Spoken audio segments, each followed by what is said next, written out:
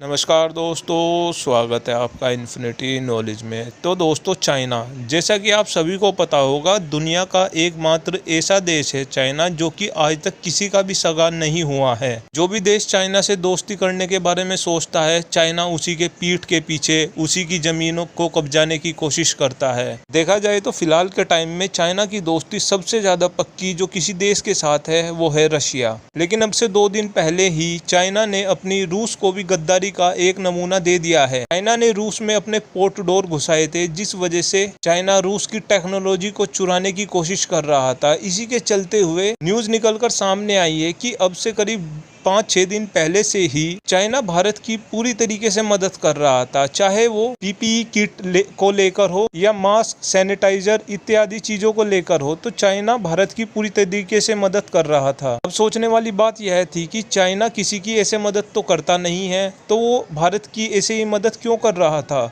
तो दोस्तों, हुआ कुछ ऐसा है कि भारत में 5G के ट्रायल स्टार्ट होने वाले हैं। इसी के साथ साथ बहुत से देशों ने भारत में एप्लीकेशन दी है, जिस वजह से भारत सभी एप्लीकेशन पर साइन करेगा और सभी देशों को इनवाइट करेगा अपने यहाँ पर 5G के ट्रायल के लिए। तो इसी के चलते चाइना ने भी अपनी एप्लीकेशन देने की कोशिश की थी। चाइना अपनी हुआवी और ZTE कंपनी को 5G के ट्रायल के लिए भारत में एप्लीकेशन भेज रहा था। तो दोस्तों, चाइना किसी की मदद करता तो नहीं है, तो चाइना भारत के लिए 5G टेक्नोलॉजी देने के लिए क्यों राजी हो रहा था। तो दोस्तों, इससे चाइना को 2 फायदे थे। पहले फायदे की बात करें तो चाइना भारत के कम्युनिकेशन सिस्टम पर पूरी तरीके से कब्जा कर लेता और चाइना भारत से करोड़ों अरबों डॉलर कमाकर अपने देश में ले जाता।